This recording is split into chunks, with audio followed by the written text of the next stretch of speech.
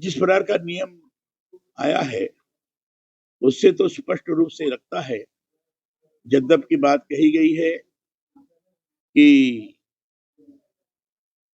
सबके बीच में समानता की स्थिति निर्माण हो, किसी भी प्रकार का भेदभाव न हो।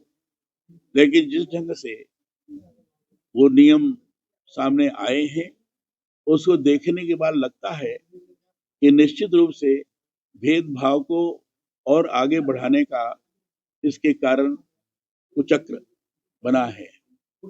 पहले SC ST का भेदभाव संबंधित शिकायतें वो कर सकते थे, करते थे। उसमें कितनी झूठी है कितनी सही है ये तो विश्लेषण का विषय है।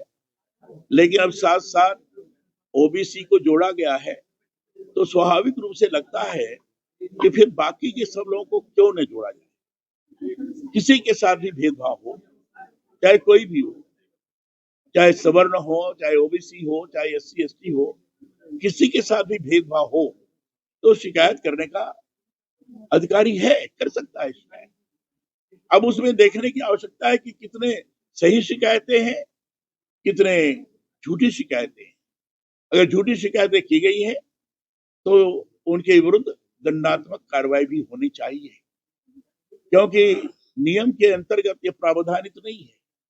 झूठी शिकायतों के खिलाफ कोई दंड का प्रावधान ऐसा नहीं है। हमारा कहना है झूठी शिकायतों के खिलाफ भी दंड का प्रावधान होना चाहिए। तो ये चीज नहीं है, हमारा कहना है ये होना चाहिए।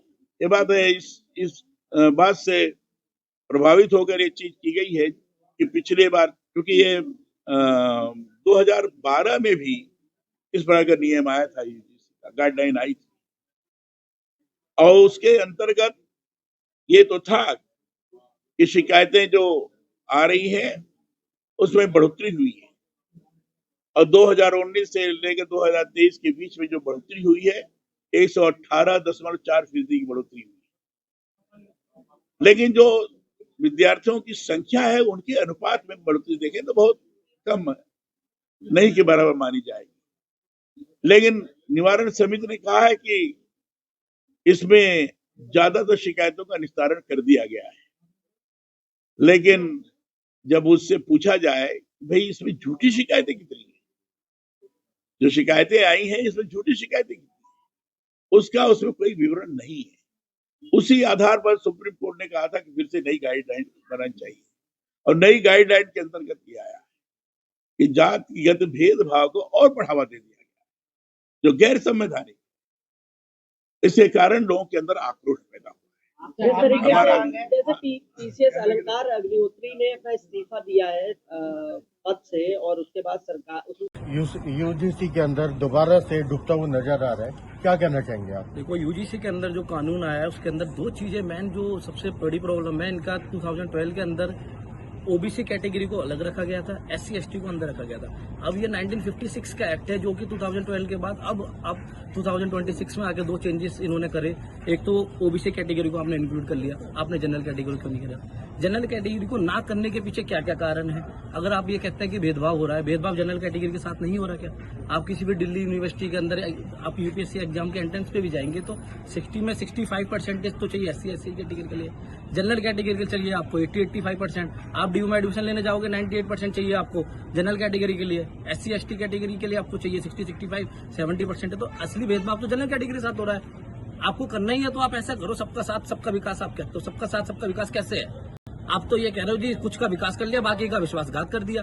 आपको जो सीट पे लेके आए हम लोग, हमने आपका इतना वो करा कि भाई साहब हमारे BJP है, हिंदू की BJP है। हिंदुत्व की BJP कहाँ रही? आप तो बांट रहे हो। आप कहते हो एक तरफ की जी आप सारे साथ चलो, सारे साथ चलो, सारे साथ कैसे चले? एक क्लास के अंदर तो दो विभाग में बढ़ जाएंगे। OBC कैटेगरी की मान लो जनरल कैटेगरी से लड़ाई हो गई, SC ST कैटेगरी की जनरल कैटेगरी से लड़ाई हो गई, तो आपस में दो गुट बन जाएंगे। आप प्यार का बना रहे हो, आप तो हिंदू को बांट रहे हो। आपको कानून ये बनाना चाहिए किसी की भी जनरल कैटेगरी को भी इसमें इंक्लूड करा जाए और आपके अंदर जो भी आप इनकी जो कमेटी बनी है, कमेटी के अंदर एक भी जनरल कैटेगरी का बंदा नहीं है। क्यों नहीं है भाई? जनरल कैटेगरी के बंदे को जोड़ो। और कोई बंदा फॉल्स किसी के आपने क्लेम कर दिया कि ये बंदे ने मेरे साथ ये करा है, आपने फॉल्स स्टेटमेंट आगे दे दी, उसके आगे इस पर कोई एक्शन नहीं लिया जाएगा। क्यों नहीं लिया जाएगा? आप इस पर 3 रूल लाए। देखो, अगर आप चाहते हैं कि विकसित भारत हो, सबसे पहली चीज आप इसके अंदर UGC के अंदर जनरल कैटेगरी को भी इंक्लूड करो। सबके साथ सबका साथ विकास होगा, उसके अंदर स्टूडेंट को बोला जाए किसी भी स्टूडेंट के खिलाफ गलत होता है तो वो जा सकता है यूजीसी के लिए। ये नहीं कि ये SC ST कैटेगरी जाएगी, OBC कैटेगरी जाएगी। हम तो साथ में, मेरे साथ में SC भी पढ़े, मेरे साथ में ST भी पढ़े, हम भाईचारे से रहते हैं, हमें पता ही नहीं थी SC है ST है। हम तो प्यार मोहब्बत में रहते थे, हमारा तो प्यार था। आज की डेट में तुम तो 2 गुट में कर दोगे उन्हें, एक ही कॉलेज के अंदर 2 गुट खड़े हो जाएंगे। आपको काम करना है, आप इनको वो करना चाहते हो कि आप उनको बढ़ावा देना चाहते हो, तो मैं कहता हूँ आप आर्थिक लेवल पे दे दो। DU में भी एडमिशन लेना, 98% जनरल कैटेगरी, 98% SC ST को दो। आप चाहे उसकी फ्री बढ़ाओ, जिंदगी का फ्री बढ़ाओ, हमें कोई दिक्कत नहीं है। सरकार का कहना है शिक्षा का मंदिर है, सब लोग ये जानते हैं, जी। वहाँ कोई भेदभाव नहीं होता, लेकिन सरकार का कहना है कि OBC SC ST के कैंडिडेट्स के साथ, बच्चों के साथ बहुत ज्यादा भेदभाव होता है, उनको प्रताड़ित किया जाता है। क्या बोलना चाहिए? आर्टिकल 14, आर्टिकल 15, आर्टिकल 21 संविधान के अंदर उसमें साफ लिखा हुआ है कि किसी भी सामाजिक अलग व्यक्ति के साथ में कोई दुष्व्यवहार नहीं होना चाहिए। अब इन्होंने जो UGC एक्ट लाया, इसके इसमें बिल्कुल विपरीत लाए। आप ये कह रहे हो कि भाई साहब उनके साथ भेदभाव होता है। भेदभाव कैसे होता है? आप ये कहते हो कि कोई किसी ने किसी को कुछ बोल दिया, उसके अगेंस्ट में आपके पास कमेटी है, जो SC ST एक्ट है ऑलरेडी चल रहा है, आपको UGC की क्या जरूरत है?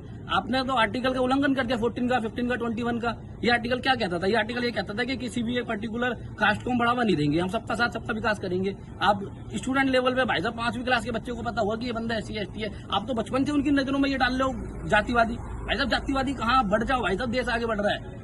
आपकी पॉलिटिक्स में तो कहीं भी घुस जाए कोई भी बंदा, 10वीं फेल, 8वीं फेल, 12वीं फेल, आपकी पॉलिटिक्स में घुस जाता है। आपको अगर चाहते हो 2047 में विकसित भारत हो, आप 3 चीज कर लो पॉलिटिक्स के अंदर: post graduate, graduate, minimum requirement हो। अगर कोई बंदा जेल में सजा काट के आया, उसको आप पॉलिटिक्स में एंट्री कर लेते हो, लेकिन वो गवर्नमेंट एग्जाम की तैयारी नहीं कर सकता, क्योंकि वो भाई साहब वो जेल काट गया है। लेकिन वो नेता बन सकता है। नेता क्यों बन सकता है भाई? वो नेता के नीचे काम करेगा।